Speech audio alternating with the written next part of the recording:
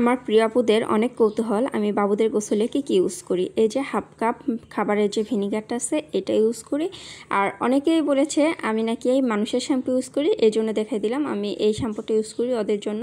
যতটুকু পরিমাণে লাগবে অতটুকু দিয়ে তার সঙ্গে হাফ কাপ পানি ইউজ করে ভালো করে মিশিয়ে নিচ্ছি।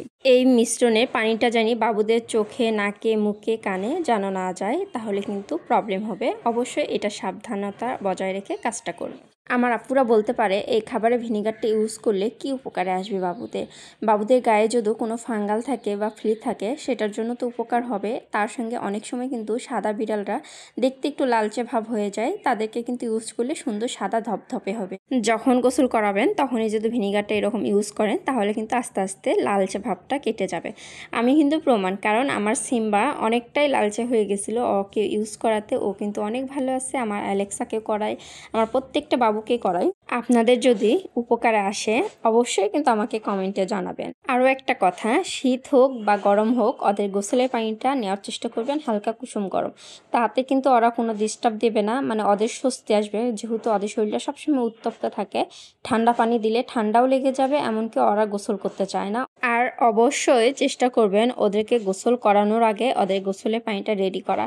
গোসল করানোর সময় অন্তত চেষ্টা করবেন বাহিরের কোনো জানি আওয়াজ না হয় বাথরুমের ভিতরে। ওরা আওয়াজে কিন্তু ভয় পায়, তখনই গোসল করতে দেয় না আর লাফালাফি করে, আপনাদেরকে খামচাখামচি করে। এটা চেষ্টা করবেন, তাহলে দেখবেন যে ওরা শান্তভাবে গোসল করবে। সবসময় চেষ্টা করবেন ওদের গোসলের টাইমটা যত কম সময়ে সমাপ্ত করা যায়। আমাকে অনেকেই কমেন্টে জানিয়েছে যে 6 মাসের আগে বিড়ালকে কোনো গোসল করাতে হয় না। আমি কথাটা কি ঠিক বললাম না ভুল অবশ্যই কিন্তু কমেন্টে জানাবেন আমাকে। আমার প্রত্যেকটা বাবুই গোসলে অভ্যস্ত, এর জন্য গোসল করানোর টাইমে ওরা কোনো দুষ্টুমি করে না, লাফালাফি করে না। গোসল করায় আগে ভালো করে গাটা মুছাই দিতে হবে। আমি সেই ভিডিওটা স্কিপ করে ফেলছি।